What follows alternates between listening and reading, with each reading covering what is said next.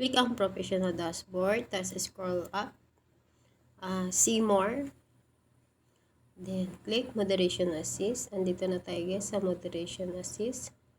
So,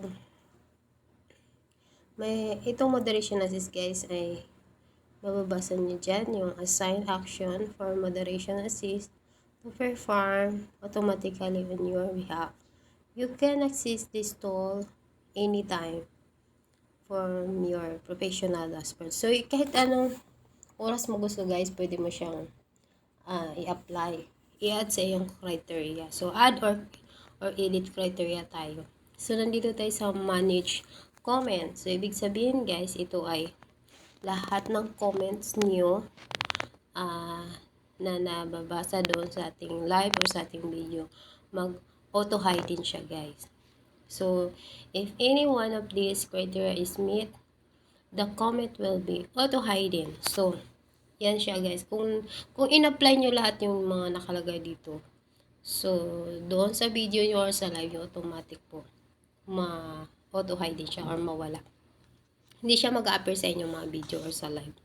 So, ngayon guys, nandito tayo sa ating add. So, i-add natin yung comment as a specific links. So, yan guys is, for example, casino. So, yan guys. So, comment as a video. For example, video po na hindi siya kaaya-aya. And then, kahit anong video guys, hindi talaga siya mag-a-appear. This comment has an image.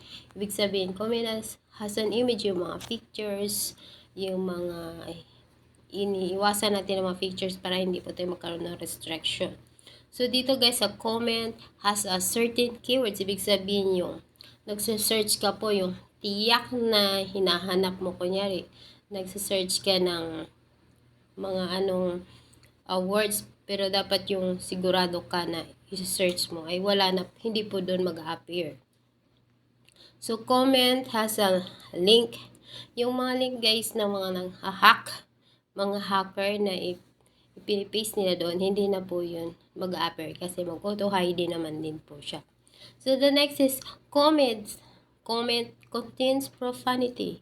Yun guys, yung mga panlalait, yung mga hate speech. That guys, for example, meron ng kaibigan dyan guys, na nagsalita sila. Nag-comment siya na Mongol ka or Mongoloid. Lahat sila guys is warning restriction. So, yung warning restriction guys is 1 year. So, meron na namang nawawala. Meron ding hindi. So, mahirap yun guys, diba? So, ingatan po natin ang ating account, and then, author does not have a profile picture. So, kapag yung creator, yung isang digital creator na walang pictures sa kanyang profile, automatic hide din po siya. So, sana guys may natutunan kayo sa video na ito. So, follow for more and pakishare po ito ng video para mas marami pa po makapanood nito at mayroon po silang matututunan. God bless!